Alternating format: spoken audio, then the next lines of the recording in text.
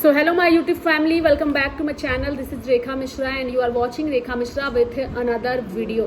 Guys, आज के इस वीडियो में हम बात करने वाले हैं जयराम महतो की सुरक्षा को लेकर के।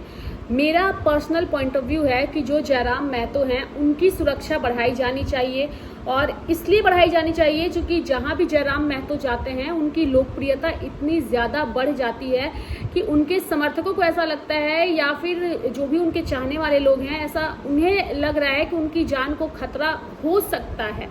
क्योंकि लोकप्रियता बढ़ रही है, कई सारे बयान भी ऐसे हैं जिसकी वजह से कई सारे दुश्मन भी पैदा हो चुके हैं जयराम महतो के, वो खुद ये बात कहते हैं। तो ऐसे में अगर उनकी सुरक्षा बढ़ेगी तो शायद उनकी जान को खतरा थोड़ा कम रहेगा। और अब उनकी सुरक्षा को बढ़ाने के लिए जो JLKM के नेता हैं उन्होंने केंद्रीय गृह मंत्री अमित शाह को एक पत्र लिखा है और उस पत्र के माध्यम से उन्हें Z श्रेणी की सुरक्षा देने की मांग की है। लेकिन Z श्रेणी की सुरक्षा इतना आसान नहीं होता है किसी को भी मिलना, उसके लिए कई सारी क्राइटेरिया होती है।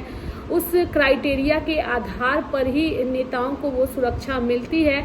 लेकिन एक चीज़ ज़रूर स्पष्ट है कि डुमरी विधायक जयराम महतो को भले ही Z श्रेणी की सुरक्षा ना मिले कुछ क्राइटेरिया होने की वजह से, लेकिन उसके अलावा उन्हें सुरक्षा जो है वो मुहैया करानी चाहिए। Z श्रेणी की सुरक्षा की मांग उनके नेताओं की ओर से की गई है और उसके कई सारी क्राइटेरिया भी है। हालांकि ये इतना संभव नहीं है कि Z क्राइटेरिया की सुरक्षा जयराम महतो को मिल जाए, क्योंकि वो सुरक्षा मुहैया कराने के लिए भी कई सारी जो रूल्स रेगुलेशन होते हैं उसको ध्यान में रखते हुए वो सुरक्षा किसी भी नेता को मिलती है, किसी भी जो और साथ ही इसके लिए एक क्राइटेरिया ये भी है कि कई उच्च पदों पर काबिज लोगों को ये सुरक्षा जो है वो मिलती है। और उसको लेकर के जैसे मुख्यमंत्री को अगर ये सुरक्षा मिलनी चाहिए तो उनके और CMO की ओर से एक लेटर जो है वो गृह मंत्रालय के पास जाता है और बताया जाता है कि क्यों उन्हें वो सुरक्षा मिलनी चाहिए। हालांकि जयराम महतो की लोकप्रियता काफ़ी ज़्यादा है और जिस तरीके से आए दिन उनकी गाड़ी को रोका जाता है भीड़ की ओर से, यानी कि वो भीड़ किसी पार्टी के ही भले होते हैं कार्यकर्ता, लेकिन उनकी ओर से गाड़ियों पर हमले किए जाते हैं, तोड़फोड़ की जाती है, तो एक गुस्सा गाड़ी के ऊपर निकाला जाता है। लेकिन आप सोचिए कि वो गुस्सा जब कभी किसी व्यक्ति पर निकाला जाए और खास करके डुमरी विधायक के ऊपर निकाला जाएगा तो आप समझ जाइए कि क्या हो सकता है। इसलिए उनकी सुरक्षा बढ़नी चाहिए।